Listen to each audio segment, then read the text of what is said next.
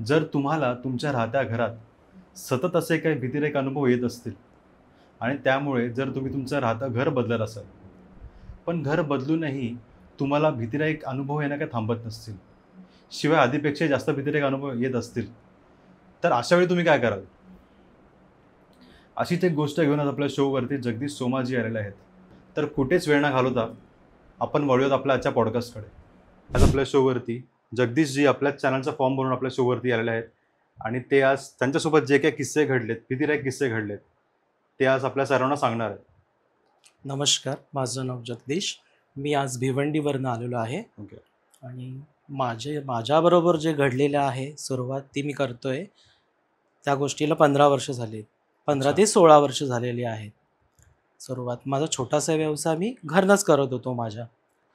त्या वेळामधनं मला काही वेळ मिळायचा, म्हणजे जे मी काम करत होतो त्याच्यातनं काय वेळ मिळायचा, त्या वेळातनं मी बाहेर असा वगैरे जायचो. फिरायला वगैरे मध्ये आधीमध्ये जायचो असं.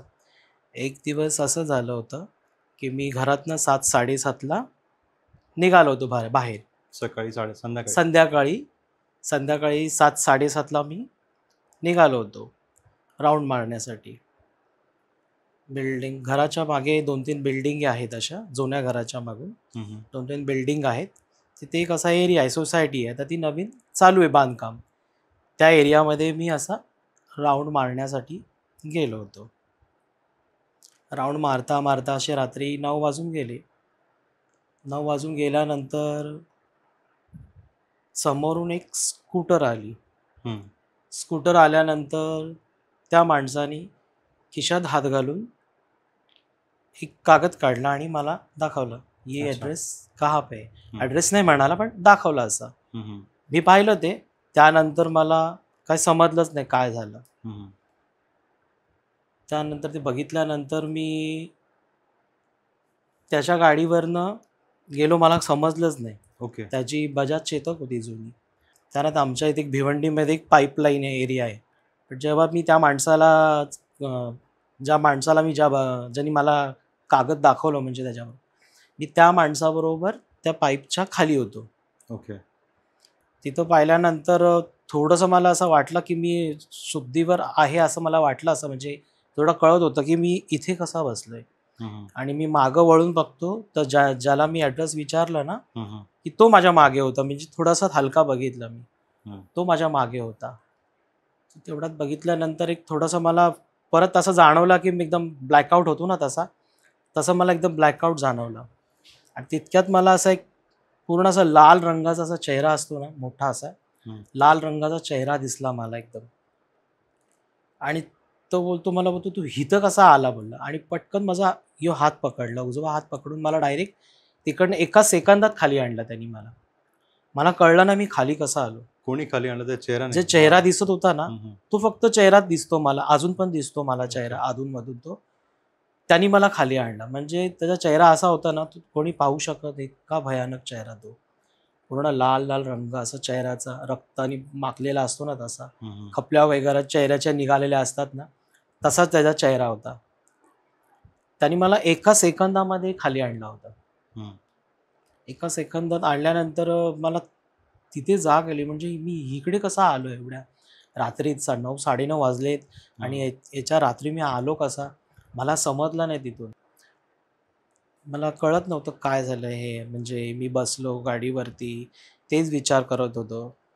असे 2-3 दिवस गेले निघून. सांगावं कोणाला मला कळत नव्हतं. आणि ह्या गोष्टींवरती बरेचशी लोक नाही विश्वास करत हीच चांगली गोष्ट आहे.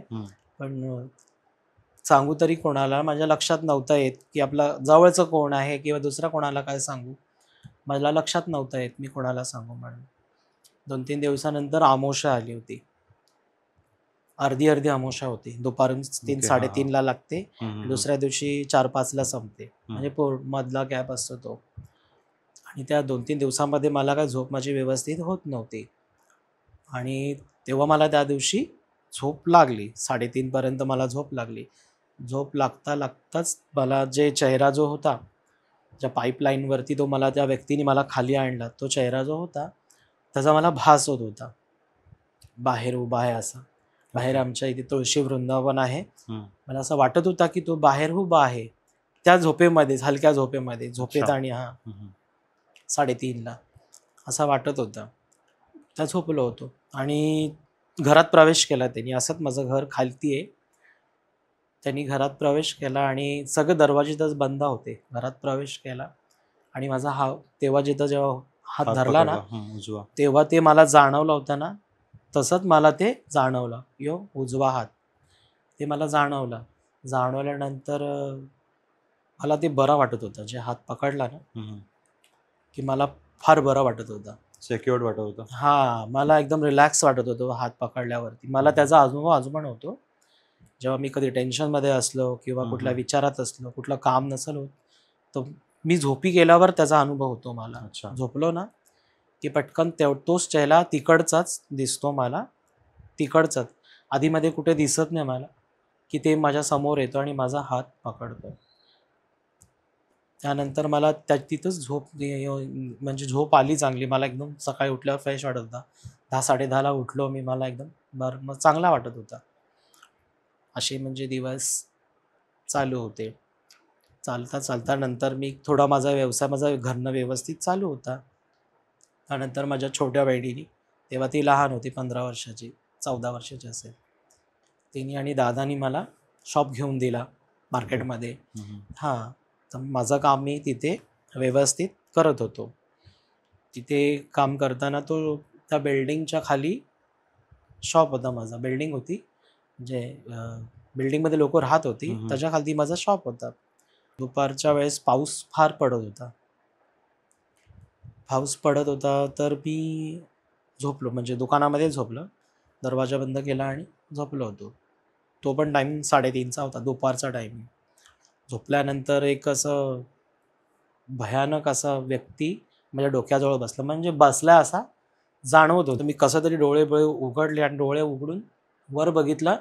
उघडल्याबरोबर एक हात पूर्ण माझ्या चेहऱ्यावरती येऊन पूर्ण दाबला मला त्या हाताने. अच्छा. हात पूर्ण काळा आणि जाड होता आणि हात पूर्ण मोठा होता. एवढा मोठा होता की माझ्या चेहऱ्यावर पूर्ण बसला त्याचा हात. आणि एक बोट मला पूर्ण आठवते, जाड होता. हात पूर्ण काळा होता.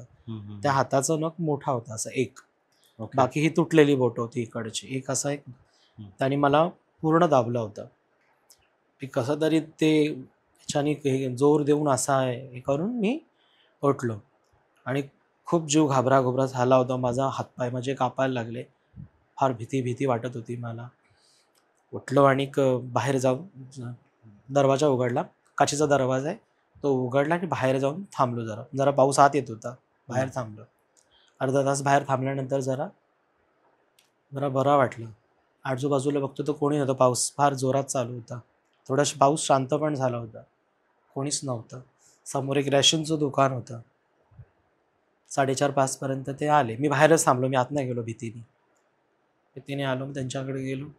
गेल्यानंतर त्यांना सांगितलं, दादा मी इथं झोपलो होतो, तर मला फार तसा त्रास झाला. बोलतो हे त्रास तिथं सगळ्यांना होतो बोलायला लागले. तुला माहिती नाही का? म्हटलं नाही, मला नाही माहिती. पण असं म्हटलं का होतं असं म्हटलं पूर्वी इथे फार म्हणजे जुनी घरं होती. आणि ह्या एरिया जितकी घरं होती त्या एरियामध्ये पूर्ण 4 विहिरी होत्या, चारी कोपऱ्यामध्ये. म्हणजे प्रतिष्ठित लोकं होती. प्रत्येकाचा एक घर होता. वाडासारखा असा, म्हणजे प्रतिष्ठित लोकं होती, त्यांची घरं होती. कालांतराने जुने झाले लोकं, आता शिक्षण झाल्यामुळे लोकं ती डेव्हलपमेंटला दिली आणि ही बिल्डिंग झाली बोलायला लागले. मग त्याच्यामध्ये काय आहे का? मग ते बोलतात ते सांगून उपयोग नाही. खूप जण येऊन गेली त्याच्यामध्ये, कोणाला जमला नाही. तुला आता हा त्रास झाला आहे ना, पण तू सांभाळून राहा बोलायला लागले. हे फार ह्याच्यात जे आहे त्या अंगावरती येतं बोलायला लागले. तुला त्रास होईल बोलायला लागले पुढे. त्याच्या खालती विहीर होती. त्या विहिरीमध्ये म्हणजे त्या जागेवरती पूर्वी लोकं हे करायचे, तंत्रक्रिया करायचे. त्या विहिरीच्या जागेवरती. त्या विहिरीचे जिथे 4 रूम होते ना, तिकडची लोकं किंवा बाहेरची लोकं पूर्वी म्हणजे जवळ 150-200 वर्षापूर्वी लोकं तेव्हा करत होती. म्हणजे लोकांना त्या एरियामध्ये सगळ्यांना माहिती आहे की तिकडे तसं चालायचं म्हणून. त्या विहिरीमध्ये ते काय असू शकतं. पण तिथं काम करताना ना असं जाणवायचं त्या जागेवरती की इथं कोणी बसलं आहे असं. म्हणजे आपण कटिंग जरी करत असलं कपडे वगैरे ना, तर वाटायचं इथं कोणी बसलं आहे असं समोर वाचलं ना, की इथे वाटायचंच की पूर्ण हा बसलेलाच आहे. ओके. पण बघू तेव्हा तो नसायचा असा. भास व्हायचा. हा, भास म्हणजे असं वाटत प्रत्यक्षात Realistic. वाटायचा, हां, हं. पण आपण डोळ्यांनी बघू नाही शकत त्याला असं. ओके. तर ते मला असं 2-3 वेळा झाला. जेव्हा ज्याला कळतं त्याचीच भीती त्याला माहिती असते ती हो, काय हो. असते. हं. 2-3 वेळा झाला असं. मग असं 4-5 वेळा झाल्यानंतर मला थोडा त्याची अशी म्हणजे वाटायला लागली सवय, जाऊ दे तर काय करू. तर मी या बाजूनी काउंटरच्या या बाजूनी त्या बाजूला जायला लागलो. मग कस्टमर आले की मी ह्या बाजूला व्हायचो. मग त्या बाजूनीच कटिंग करायचो. मग ते कधी-कधी असं वाटायचं ह्या बाजूला बसलाय, हातात हात असा घालून, असा ओके. बसलाय वाटत. जेव्हा खाली बघू ना, हं. तेव्हा वाटायचं. डोळे बंद केला ना, की तो पूर्ण वाटायचं का आहे म्हणून तिथे. ओके. पण पूर्ण ब्लॅकआउट दिसायचा, म्हणजे ब्लॅक शेड दिसायची. झाडबीड असायचा पूर्ण. पण जो हात माझ्या तोंडावर ठेवला ना, तो असा असायचा त्याचा हात. ती अच्छा. तुटलेली बोटं बाहेर असायची हं. आणि हा असा असायचा त्याचा. डोळे बंद केले का तो दिसायचा. ठराविक वेळ असायची 3-3:30 दुपारची. दुपारी 3-3:30. हां, हं. त्या वेळेतच असं दिसायचं. हं. पण त्यांनी मला त्रास न दिला. पण ते जेव्हा ते भास व्हायचा ना, हं. तेव्हा पूर्ण शरीर, हातपाय माझे कापायचे पूर्ण. डोक्यापासून तर पायापर्यंत मी हातपाय असे म्हणजे पूर्ण कापायचे. म्हणजे थोडी मला आता त्याची काहीतरी असं करावं लागतं. आपण एवढा सगळं त्यात खर्च हं. केलाय. कसे तरी मी तिकडे 6 महिने काढले त्या दुकानामध्ये. अच्छा. त्यानंतर मग दुसरा शॉप घेतला मी. त्या दुसरा शॉप घेतल्यानंतर तो व्यवस्थित चालू होता. तो पण रेंटचा शॉप. व्यवस्थित तिकडे सगळं चालू होतं. पण मला ते भास ते होत होतं त्या शॉपमध्ये. दुसऱ्या शॉपमध्ये गेल्यावरती मला ते भास होत होते. तर मी ते कसं, मला आता सवय वाटायला लागली थोडी-थोडी. हं, हं. इथं काय नेहमीचंच आहे आता. तिकडे पण तेच, इकडे पण तेच. की मी असेच दुकानं काय बदलत फिरू का म्हणून असा एक डोक्यात विचार होता. तिथे जे दुसरा शॉप होता त्याच्यामध्ये काय एवढा काय त्रास नव्हता होत, पण जाणवायचा मला असा. तुम्ही कोणता व्यवसाय करत होते तेव्हा? मी माझा छोटासा व्यवसाय टेलरिंगचा आहे माझा. ओके. हं. असं चालता-चालता आता मला त्या दुकानामध्ये बरेच आता 7 वर्ष झाली होती. दुकान त्या त्या जागेवरती 7 वर्ष झाली होती. आता त्या दुकानाची मालकीण होती ती मला त्रास द्यायला लागली, की तुला आता रेंट वाढवावं लागेल, त्याचं भाडं वाढवायला लागेल. हं, हं. तर म्हटलं मला जमणार नाही एवढ्या ह्याच्यामध्ये. आता तुम्ही म्हणजे अग्रीमेंट तुम्ही आता डायरेक्ट तुम्ही बोलता ते, हं. नाहीतर तुला खाली करावं लागेल. म्हटलं मला एवढे डायरेक्ट पैसे, एवढे 8,000 डायरेक्ट हं. माझे वाढून मला नाही परवडणार बोलायला लागले. तर विचार केला तर सोडावा आपण. आता मी हे 2 गाळे सोडल्यानंतर मी तिसऱ्या गाळ्यामध्ये गेलो. अतिशय सुंदर गाळा, याच्यापेक्षा थोडा मोठा, सगळं व्यवस्थित, मालक पण चांगले, व्यवस्थित एकदम ती माणसं पण चांगली. व्यवस्थित सगळं चालला होता दुकानामध्ये. आणि त्या दुकानात गेल्या-गेल्या म्हणजे 1 वर्ष कंप्लीट झालं त्या दुकानामध्ये. त्याच्यामध्ये लॉकडाऊन लागला. ओके. हं. लॉकडाऊन लागला. लॉकडाऊन गेल्यानंतर सगळे बंद मार्केट वगैरे. हं. घरीच सगळं व्यवसाय मी घरीच करायला लागलो मग सगळं आणून. आणि बिल्डरनी जो रूम दिला होता, त्या रूममध्ये आम्ही राहत होतो त्या रूममध्ये. त्या रूममध्ये राहत असताना म्हणजे त्या रूम म्हणजे चाळ टाईप होती. हं. होते फ्लॅट सिस्टम आहेत, म्हणजे असे मोठे-मोठे रूम आहेत. हा होते चाळमध्ये. त्या रूममध्ये आम्ही गेल्यानंतर असा गेल्या-गेल्या तिकडचे अनुभव जाणवायला लागले आम्हाला. आणि माझा मोठा भाऊ पण आहे ना, मोठा पण आहे, छोटा पण आहे. मोठा भाऊ तिकडनं 2-3 रूम सोडून त्याला पण रूम तिथे पण होता आणि 2-3 रूम सोडून आम्ही होतो. आणि छोटा भाऊ तिकडच्या पुढच्या बिल्डिंगमध्ये राहायला गेला तो. तो ग्राउंड फ्लोअरला होता तिकडे. हं. असे आम्ही 3-3 ठिकाणी होतो. मोठा भाऊच बाजूला होता. त्या रूममध्ये आम्ही, माझी आई, मोठी बहीण आणि मी, आम्ही हे तिघं राहत होतो त्या रूममध्ये. म्हणजे तो घर मोठा होता आमच्यासाठी. हं. आणि हॉल होता आणि किचन. पहिले हॉल, एंट्री केल्यावरती, आणि किचन. आणि त्यांना दोन्ही बाजूनी दार होते. हॉलला पण आणि किचनला, आणि मध्ये किचनच्या मध्ये 3 दार झाले. तर हॉलमध्ये आम्ही झोपत होतो. आणि त्याला एक खिडकी होती, दरवाजाच्या बाजूला एक खिडकी होती. आणि रस्त्याची स्ट्रीट लाईट होती ना, स्ट्रीट लाईट असते, त्याचा थोडासा प्रकाश घरात येत होता. ओके. पूर्ण लाईट आम्ही बंद करून, हं. आपण रात्री सगळं लाईट वगैरे बंद हो. करून दिवस रात्र आपण घरीच होतो तेव्हा. खिडकीच्या बाजूला असंच लादीवरती झोपलो. उन्हाळ्याचे दिवस होते. मोबाईल बघत होतो सगळं मी. मोबाईल बघताना तर माझ्या उजव्या हाताने एक महिला गेली उठून. अच्छा. जशी बसलेली असते ना असं वाटतं ना, हां, हां, हां. ती उठून गेली अशी उठून किचनमध्ये गेली. ओके. हां, किचनमध्ये गेली आणि थोडासा आवाज पण झाला तिकडचा, डोअरचा असा हलकासा आवाज पण झाला. तर मला वाटला बहीण वगैरे गेली असेल, बाथरूमला वगैरे गेली असेल असं वाटलं मला. मी मोबाईलच बघत होतो. त्याच्या फ्लॅशनी मी असं बघितलं असं. अजून वेळ झाला म्हटलं, अजून आली कशी नाही. म्हटलं ही तर येऊन झोपली वाटतं असं असं वाटलं मला. मला झोपली तर पण असं वाटलं, आपण बाथरूमला जाताना आम्ही नेहमी लाईट लावून जाते, डायरेक्ट कशी जाऊ शकते, आणि आत गेला तरी किचनची लाईट चालू करतो आपण. याने चालू कशी नाही केली. मी बघतोय ते असं फ्लॅशनी पूर्ण गाढ झोपली होती, चादर वगैरे घेऊन तेव्हा. तर मी लक्ष नाही दिलं, जाऊ दे काही असं असू शकतं, असं भास वगैरे मला होतात ना, तसंच काय असू शकतं.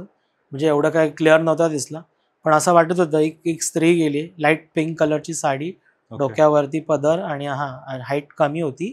ती एकदम हलक्या पावलांनी चालत गेली, म्हणजे एखादा वयस्कर व्यक्ती कसं चालतो, हां तसं असं मला जाणवत होतं. थोडा मी सकाळ म्हणजे जागा होतो ना सकाळपर्यंत, थोडा मी असा अंदाज लावला की एवढा स्लो कोण चालणार, आणि बहीण कुठं साडी बिडी आहे म्हटलं.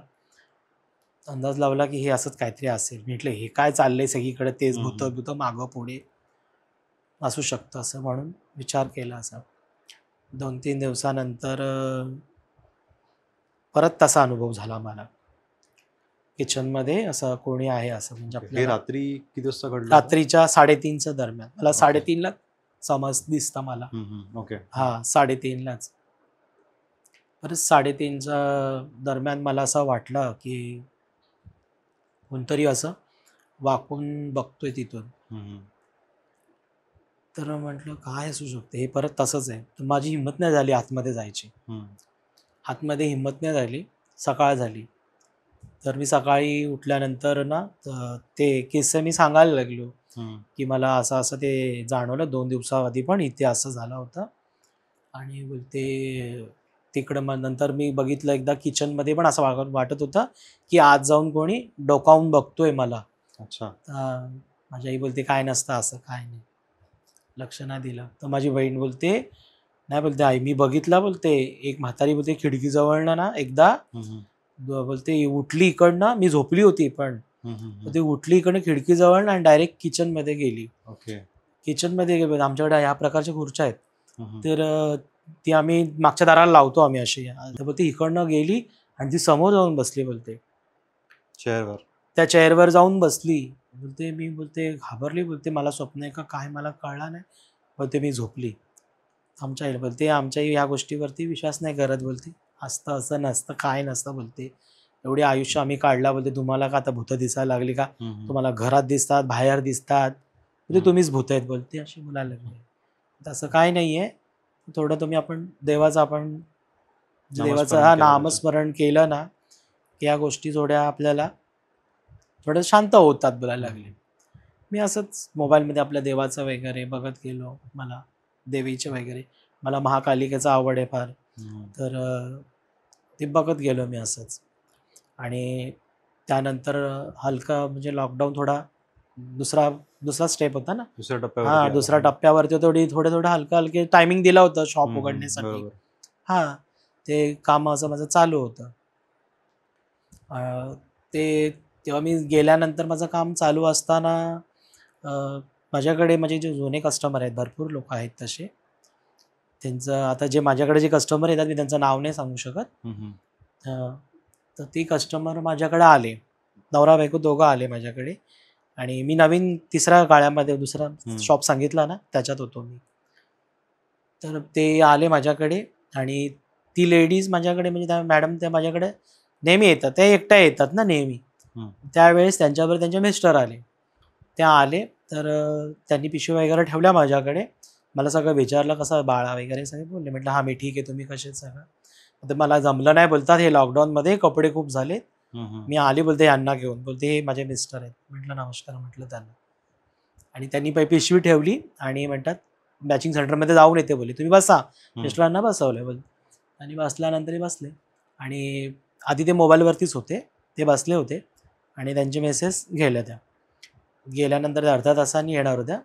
ते गेल्यानंतर ते बसल्यानंतर मोबाईल त्यांनी बघितला आणि हे करून स्क्रोल करून म्हणजे बंद करून मोबाईल खिशात ठेवला आणि माझ्याकडे बघितलं त्यांनी. हम्म. माझ्याकडे बघितलं, म्हणायला लागले, "काय रे तुला?" म्हटलं, आत्म्याच्या संपर्कामध्ये आहेस का तू?" बोलायला लागला. हम्म. मी म्हटलं, "नाही, तुम्हाला कसं कळलं ते?" हम्म. म्हटलं, "मला ते दिसतंय." बोलायला लागले, "तुझ्या मागे कोणतरी उभं आहे." तर मी दचकलो फार. हम्म. म्हणजे मला ते सगळे अनुभव आलेले आहेत ना त्याच्यामध्ये. हम्म. त्याने आत्म्याच्या संपर्कामध्ये आलं तर मला मला असं वाटलं की की काहीतरी ते आपण जादूटोणा वगैरे करतो त्या टाईपचं बोलतात असं. म्हणून म्हटलं, "नाही." म्हटलं त्यांना. म्हटलं, "नाही." तर म्हणतं, तुझ्या मागे बोलतो ते कोण उभे आहेत?" बोलायला लागले. मी घाबरलो. हम्म. जे असे बोलले ना तर मला लगेच जाणवलं की उभा आहे कोणतरी. ओके. आणि पटकन माझ्या जागेवरनं सरकून मी त्यांच्याकडे गेलो. हम्म. त्यांच्याकडे गेलो. तर म्हटलं, "तुम्हाला कसं कळलं?" म्हटलं, "माझ्याबरोबर हे असं आहे." बरोबर. तर म्हणतो, "हो, मला कळलं." बोलतो, "तुझ्याबरोबर हे असे किस्से झालेत ना?" हम्म. बोलतात, जे मी तुम्हाला सांगितलं आधी सगळे." हम्म. म्हटलं, "तुझ्याबरोबर असे किस्से झालेत ना?" मी म्हटलं, "हो." बोलतात, "तुला जे तुझ्याबरोबर जे आता ते घडत गेलं आहे ना, तुझ्याबरोबर आता 2-3 आत्मा आहेत आणि एक अशी व्यक्ती आहे ती तुला फायदा पोचवते." बोलते, "एक तुझ्याबरोबर आहे." हम्म. त्या त्या व्यक्तीचं वर्णन वगैरे मला सांगितलं, की असं अशी व्यक्ती आहे बोलतात. बोलतात त्या व्यक्तीने तुला जर तू बोलतो तुझ्याबरोबर जे घडणार होतं ना, त्या व्यक्तीने तुला जर आणलं नसतं, तर तुला ज्या व्यक्तीने नेलं आहे ना, त्या दिवशी तुझं म्हणजे शेवट होतं बोलायला लागलं. म्हटलं, "कसं काय शेवट?" बोलतात, "तुला जिथं नेलं आहेत ना, त्या तिकडे लोकांना बोलतात मर्डर वगैरे करतात. त्या साईडला मर्डर जास्त होतात. हम्म. जे पाकीटमार वगैरे असतात ना, ते लोकं जास्त तिकडे त्या साईडला चालतो साईडला. म्हणजे आता बंद झालं. ते 15-16 वर्षापूर्वी चोर लोकं वगैरे बोलतात अशी लोकं असतात ना, तिकडे ते फार होतं." म्हटलं, "ही गोष्ट त्या दिवशी तुझ्याबरोबर होणार होती." बोलतात, म्हटलं ते मला जे म्हटलं असं-असं झालं, मी सांगायला लागलो त्यांच्याबरोबर. त्या स्कूटर वगैरे बरोबर असला होता. तो स्कूटरवरचा व्यक्तीसुद्धा बोलतात तो एक आत्मा आत्मा. होती हम्म. बोलते. बोलतात एक व्यवस्थित शक्ती आहे तुझ्याबरोबर ना, हम्म. त्यांनी तुला आणलंय बोलतात बाहेर. ते माणसांपासून फार दूर असते. ती लवकर समोर येत नाही. हे तुझ्याबरोबर कसं आलं बोलायला लागले. त्यांना ते हे वाटायला लागलं फार. कौतुक हम्म. वाटायला लागलं, की तुझ्याबरोबर का? मी त्यांना विचारलं, "काय?" त्यांनी नाही सांगितलं मला, हे काय हम्म. आहे? बोलते, "ते तुझ्याबरोबर आहे, ते राहू दे." म्हटलं, "ते कसं राहणार?" हम्म. तर राहील ते बरोबर तुझ्याबरोबर. तर त्यांनी त्यांच्याबद्दलच्या मला मी म्हटलं, "तुम्हाला एवढं सगळं कसं कळलं?" म्हणजे हम्म. आता दुपार आहे आणि तुम्ही मागं बघितलात मला. हम्म. 2-2:30च्या दरम्यान आले होते. ते सगळं मला सांगायला लागले, की बोलतात, "मी भिवंडीचाच आहे, पण मी आता तंत्रविद्येमध्ये आहे." बोलतो. "तंत्रविद्येमध्ये आहे ना?" तर बोलतात, हिने सांगितलं नाही का?" बोलतात, "तुला." त्यांच्या मिसेसचं नाव घेऊन बोलले. हम्म. म्हटलं, "नाही, आमचं काय ह्या गोष्टीवरनं काय झालं नाही आहे." की बोलतात, "काय टेन्शन नको घेऊ. आता तुला जेवढे पण आता हे अनुभव होतात ना, त्याच्यात तुझं काहीच वाकडं होणार नाही.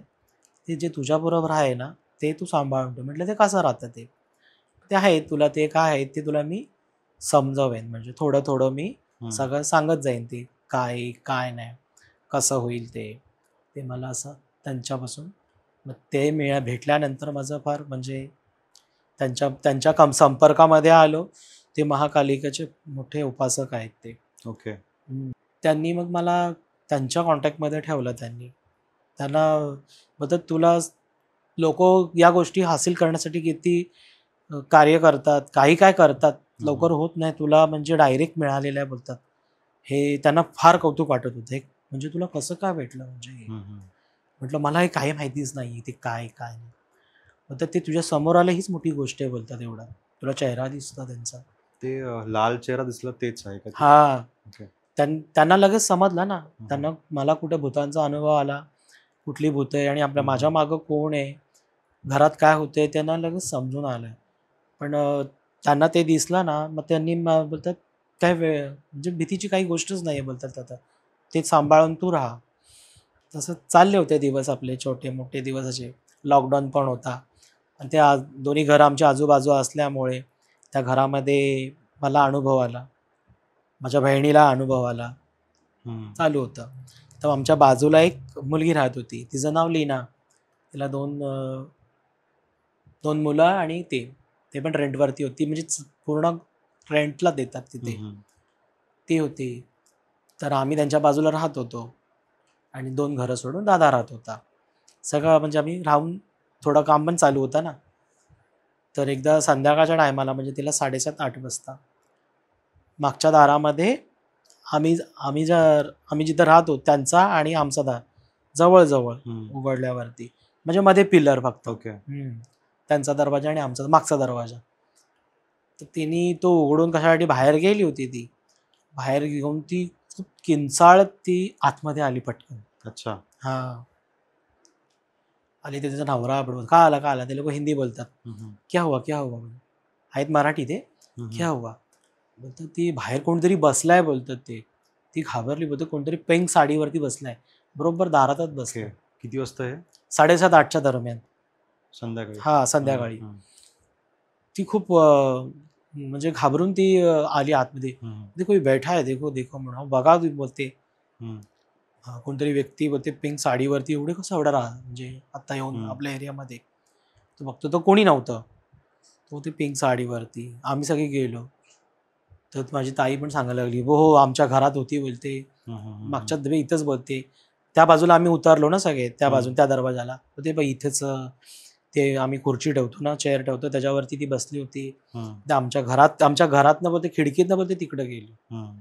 म्हणजे जाते येते बोलते आम्हाला म्हणजे 2 वेळा दिसली बोलते या घरामध्ये. ओके. आणि ती आता आज तुला दिसली बोलते मागे.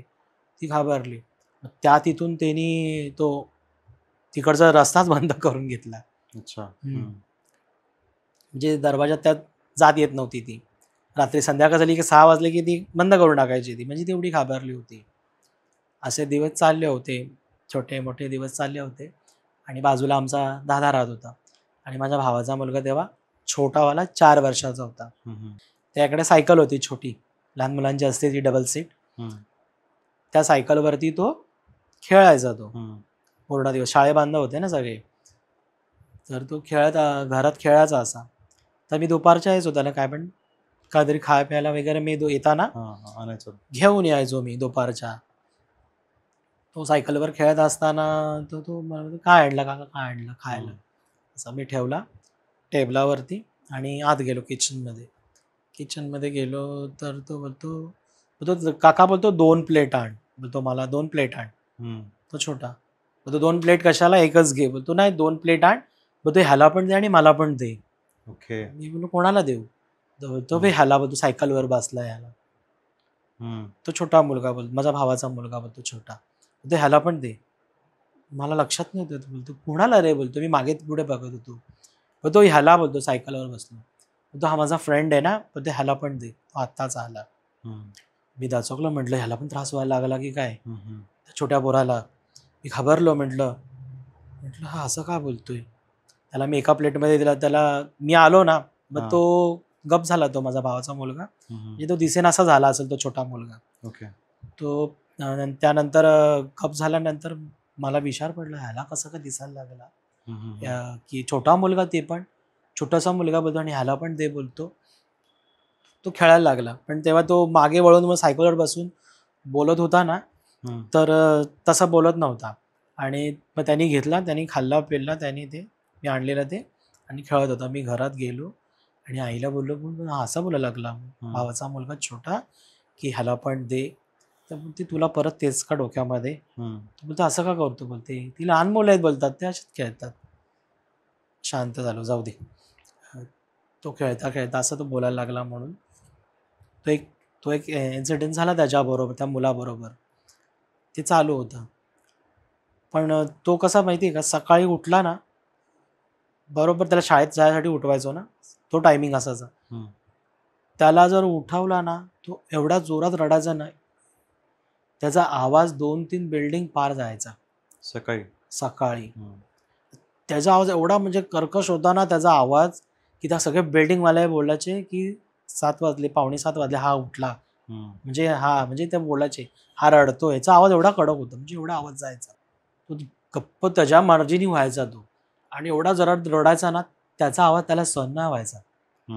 भयानक तो दोन्ही हाताने हे कानाला लावून ना कडक रडायचा तो एकदम. भरपूर रडायचा. त्याला त्याच्या अंगावरनं काढ हे कर ते कर करतात ना तसंच ते चालू होतं. तर एकदा तो त्याच्या मम्मी बरोबर ती ते त्यांच्या गावा म्हणजे गाव आहे तिकडं आमच्या तिकडे वज्रश्री रोडला. तर ते मग त्याच्या मम्मी बरोबर तो मसाल्यासाठी गेला होता. लॉकडाऊन परत लागलं वगैरे ह्या हिशोबाने तिकडचे मार्केट चालू होते म्हणून तिकडे गेले होते. तेव्हा त्या दिवशी तो आमोशा होता. आमोशा होती ती त्या दिवशी आणि बाईकवरती गेले होते ते. बाकी सगळं सामान गाडीत टाकला होता. हे लोक बाईकवरती आले. वहिनींचा भाऊ होता का भाऊ होता, माझा भाऊ होता का त्यांचा भाऊ होता लक्षात नाही. आणि ते तिघं येत होते. बाकी सामान गाडीत टाकला होता. तर तिघं येत असताना घरपर्यंत आले. त्यांचं काहीतरी गाडीत सामान उतरवण्यासाठी गेले का कशाला गेले माहिती आहे. दोघं बाईक बाजूला लावून ह्याला माझ्याकडे सोडला. हा एवढा भयानक रडत होता ना. उतरल्याबरोबर इतका किंचाळून रडत होता ना. तेवढ्यात दादा वहिनी वगैरे सगळे आले. हा तेव्हा दादा होता त्याबरोबर. दादा आणि वहिनी आले. त्यांना फार राग आला. तेव्हा ते एकदम बाहेर आले होते, संतापले होते. त्याला मारला होता मजबूत. तो ऐकत नव्हता, लोळून रडत होता. ती लोळत होता, भरपूर रडत होता, कर्कश रडत होता. सगळे जमा झाले. आज फार रडतोय बोलायला लागले, खूप रडतोय. कशामुळे रडतोय म्हणून आजूबाजूला सगळे खूप रडायला लागले. ते रडता सगळे बोलायला लागले काहीतरी करा बोलतात त्याचा. हे रडणं बरं नाही, हे वेगळंच आहे काहीतरी. आजूबाजूवाले सगळे सांगायला लागले तुम्ही त्याला लक्ष द्या त्याच्याकडे, एवढं रडणं बरं नाही, असा पूर्ण फाडून रडतोय तो, असे आजूबाजूला सगळे बोलायला लागले. एवढा रडत होता तो. त्याला डायरेक्ट बाथरूममध्ये नेला. त्याच्या अंगावरती जिथे आम्ही सांगितलं ना बाजूला एक जी मुलगी होती लीना म्हणून, तिला दिसलं होतं ते आणि तिचे मिस्टर आले. तिचे मिस्टर आधी आले आणि त्यांनी डायरेक्ट बादलीनी हांड्यानी जेवढे किचन जवळचे भांडी होते भरलेली सगळी त्याच्या अंगावरती ओतले. तो ऐकायला तयार नाही, इतका भयान रडत होता. पाणी ओतलं तर हा शांत होईल म्हणून त्याच्या अंगावरती ओरडत म्हणजे पाणी ओतत होते. तेवढा रडत होता. तेवढ्यात ती लीना म्हणून ती पण आली. ती आली, त्याला बघितली, तिने एवढी जोरात किंचाळी मारली तिने. तो जसं तो रडत होता ना, कानाला हात लावून रडतो तशी जोरात किंचाळी मारली आणि ती हात तिने तिच्या कानाला लावली किंचाळी मारताना. आणि तेवढा त्याच्या अंगामध्ये वारा आला. तिच्या अंगात वारा येतो ना तसा अंगात तिला पहिल्यांदा आला की त्याच्या आधी येत होता माहिती नाही मला, पण तिला मी पहिल्यांदा पाहिलं ते. भयान तिला वारा आला ना की ती एकदम तिकडनं किंचाळून त्याला बघितल्याबरोबर डायरेक्ट धावत आली आणि तिच्या घरात गेली. त्या घरात आमच्या बाजूला. आणि तिच्या अंगात आली, ती काय ऐकत नाही अंगामध्ये. खूप म्हणजे भयान रूप म्हणजे ती दाखवत होती. केस बिस मोकळे वगैरे. मग ते जुनी माणसं असतात ना असे, ते देव कुंकू वगैरे लावतात. शांत व्हा, तुम्ही एवढ्या रागात आलात आणि आज तर आमोशा आहे, तुम्ही कसे काय म्हणून त्यांना बोलून वगैरे असा ते तिचं रूप बघण्यासारखं होतं. ती एकदम पिसाळलेली होती फार अशी, म्हणजे जे इतरांना अंगात येतं ते तसं नव्हतं. ते भयान म्हणजे वारं आलं होतं अंगामध्ये, पण ते एकदम विक्राळ रूपाने आलं होतं तिला. म्हणजे ते एकदम ती ऐकत नव्हती कोणाला. मग आजूबाजूवाले शेजारी वगैरे आले, लेडीज सगळे शांत व्हा, तिला म्हणजे हळद कुंकू वगैरे जे मानतात तसे ती लोक येतात पुढे. हळद कुंकू वगैरे सगळं लावून तिला म्हणजे शांत केला की तू शांत हो म्हणून. पण जेव्हा त्याला आंघोळ पाण्याने घालत होते ना लोक सगळे शांत हो म्हणून, जेव्हा ही किंचाळली ना 1 सेकंद त्याचा आवाज बंद झाला होता तिच्या आवाजाने. अच्छा, पण त्यांनी काय पाहिलं असं? त्यांनी काय पाहिलं माहिती नाही, आम्ही विचारलं नाही तिला. ती त्याला बघायला आली, हा एवढा रडतोय म्हणून ती धावत आली. हा रडतो का म्हणून, शांत हो म्हणून बोलायला येतात ना आजूबाजूला, शांत हो म्हणून. तिने त्याला बघितलं बरं, एवढी जोरात ही किंचाळली तर याचा आवाज 1 सेकंदात बंद झाला किंचाळायचा. त्यानंतर माझ्या जुनं जो घर आहे, जुनं घर, तिथे मोठं पटांगण झालं. त्या सगळी घरं वगैरे काढले आणि आमचा एकच घर होता आणि बाजूला सगळं कंपाऊंड मारण्यात आलं होतं त्याला. सगळं व्यवस्थित म्हणजे आता जसं चालतं तसं चालतंय. वेळ जी निघून गेली आता ती, जसं चालतंय ते चालतंय. आणि मग त्या कंपाऊंडमध्ये सगळी छोटी मोठी वगैरे मुलं खेळायला यायची होती तिकडे. आणि तिकडे ट्रॉली होती, गणपतीची मोठी ट्रॉली असते ना, त्या ट्रॉलीची ठेवली होती आणि कंपाऊंड बंद होता. त्या ट्रॉलीच्या खाली ती सगळी त्याच्या वयाची छोटी छोटी मुलं खेळायची दुपारी, म्हणजे जेवल्या वेल्यानंतर. मग तिकडे आमचं घर होतं ना, त्या हिशोबाने तो तिकडं जाऊन तो खेळायचा. खेळत असताना सगळी छोटी वगैरे खेळताना त्याला त्या ट्रॉलीच्या खाली पूर्ण केस बिस मोकळे सोडलेले, म्हणजे असे हम्म. पूर्ण केस बिस मोकळे सोडले, डोळे मोठे, लाल, म्हणजे असं पूर्ण चेहरा वगैरे त्याला असं पूर्ण, आणि त्याला ब्लॅकआउट त्याला असं दिसला, पण तो घाबरला नाही. ओके. हां, तो घाबरला नाही, आणि तो असा घाबरला आणि तो बघतोय आणि बाहेर आला. ते छोट्या-छोट्या मुलांना बोलतो, "हे बघ, बघ आतमध्ये कंचना आहे, कंचना आहे," असं तो बोलतोय. कंचना. हां, ते पिक्चरमध्ये बघतात ना ते ओके भूत ओके. हा वगैरे. हां, हा. बोलतात, "कंचना आहे बघ, जिभी वगैरे काढलं, किती मोठे डोळे आहेत," असं तो छोट्या-छोट्या मुलांना बोलवतोय. ओके. त्या ट्रॉलीच्या हाईटलाच होता तो तेवढा. तो बरोबर हम्म. त्याच्यात उभा होता. तो बघ, बघ, बघ. त्याच्या मुलांना तो बोलवत होता, आजूबाजूच्या मुलं छोट्या-छोट्या हम्म. खेळणाऱ्या. ते तिकडनंच अशी ती मुलं घाबरली, पण हा हम्म. नाही घाबरला, तिथेच राहिला.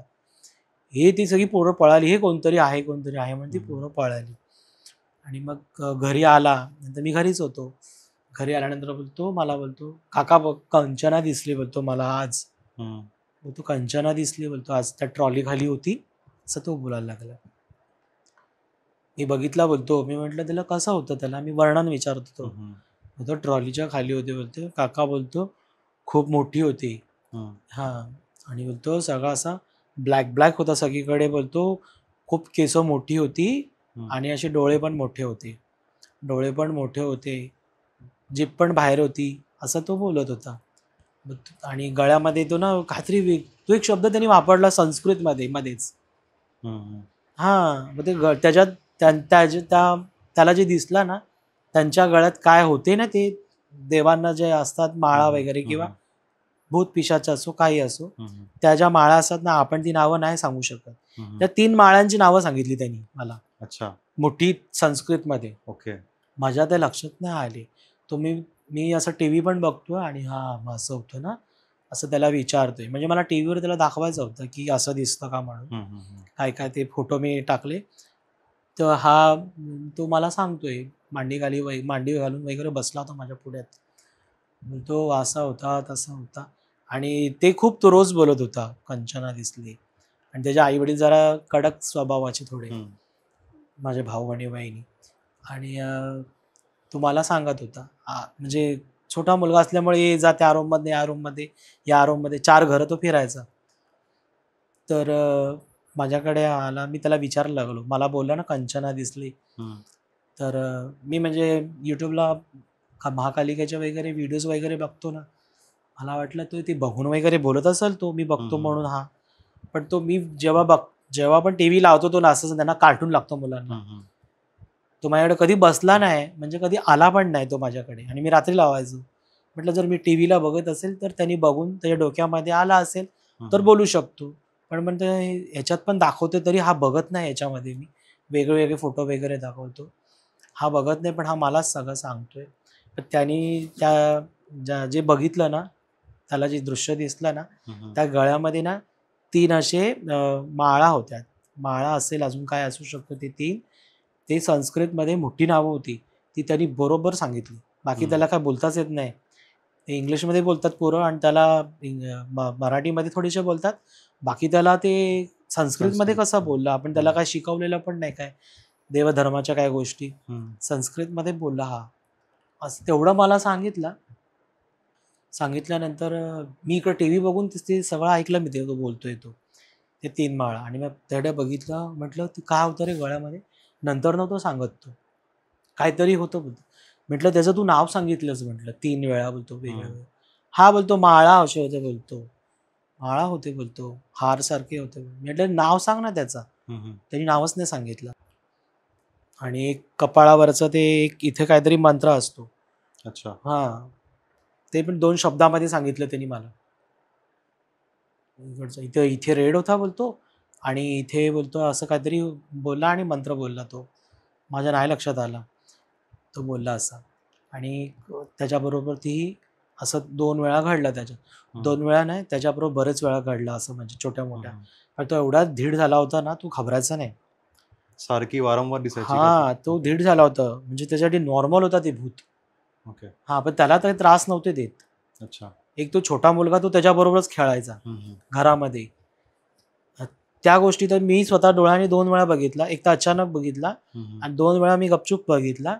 आणि एकदा चौथ्यांदा ना त्याला दादाने आणला का मी आणलेला माहिती नाही, त्याला खायला प्लेटमध्ये दिला होता ना, अंघोळ करून आला, डायरेक्ट प्लेट घेतली. एक प्लेट कुठून घेतली का त्याच प्लेटमध्ये डोन केला माहिती नाही. आला डायरेक्ट आणि प्लेट घेऊन डायरेक्ट त्याला ना पोटमाळा होता त्या रोमला, दादाच्या याला. आणि स्टडी वगैरे मोठी चांगली होती. आणि हा गेला ज्याच्यामध्ये त्याच्यावरती गेला तो, ते 2 प्लेटी घेऊन. पण ते आम्हाला नाही माहिती तो वरती गेलाय म्हणून, कधी जात नाही. ती जागा एवढी अडगळीची होती ना, त्याच्यामध्ये आमचं सगळं सामान राहायचं. आमचं ते गणपतीचा व्यवसाय ना, तर आम्ही सगळे ते गणपती वगैरे आम्ही पॅकिंग वगैरे करून ठेवले होते. म्हणजे जागा म्हणजे जराची पण राहत नाही.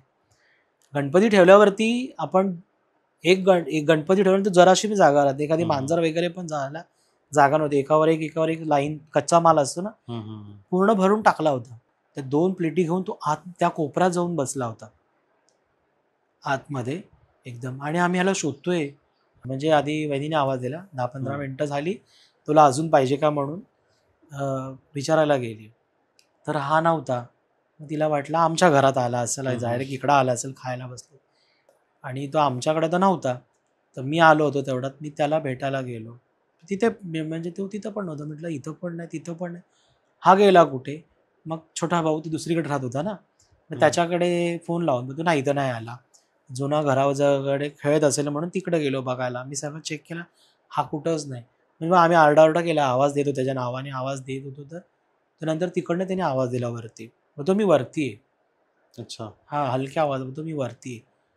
आणि मग वहिनी घेऊन वरती गेली आणि त्याला ते आम्ही 2-3 गणपती काढले तिकडचे आणि त्याला खाली आणलं. तो खाली आला. तर ती सांगायला लागली, हा वर जाऊन बोलतो वरती खायला बसला, पण एवढा अडगळीत धूळ माती बोलते त्याच्यामध्ये. हा गेला कसा म्हणून त्याला मारला पण. तू आत गेला कसा? तो काय बोलला नाही. त्याला नंतर मग खाली आला. तिथपर्यंत ही गोष्ट झाली की तेव्हा मला आता वाटायला लागलं की ह्यांना पण त्रास होतोय म्हणून. त्याचं पुढे काय निवारण केलं तुम्ही? मग त्याला असंच त्रास होत होता. त्रासामध्ये म्हणजे तो बिंदास राहत होता. म्हणजे त्याला दिसत होतं वगैरे. काय त्याला भीती नव्हती वाटत, पण एकदम बिंदास राहत होता.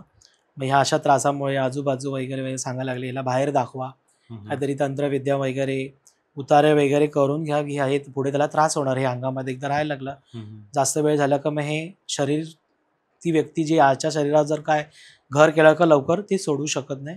ह्याचं काय निदान करा असं. मग हे मला जे तुम्हाला मी आधी सांगितलं होतं ना, मला जे गुरु भेटले होते, तर त्या गुरूंच्या संपर्कामध्ये येऊन मी त्या मुलाचं मी निवारण केलं. मी महाकालीची विद्या त्या गुरूंना चांगली महारत हासिल आहे. मग त्यांच्या म्हणण्याप्रमाणे मी सगळं त्या मुलाचं केलं व्यवस्थित. आता तो ठीक आहे तो मुलगा. ओके. तर हे होते सरांचे किस्से. आणि सरांकडे अजून असे बरेचसे किस्से आहेत तुमच्या वैयक्तिक आयुष्यातले. आपण ते किस्से आपण नक्कीच ऐकणार आहोत, पण आत्ता नाही, पुढच्या भागात. तर तुम्हाला आजचा आपला एपिसोड कसा वाटला असेल ते आम्हाला कमेंटमध्ये नक्कीच सांगा आणि भेटूया आपण पुढच्या एपिसोडला. धन्यवाद.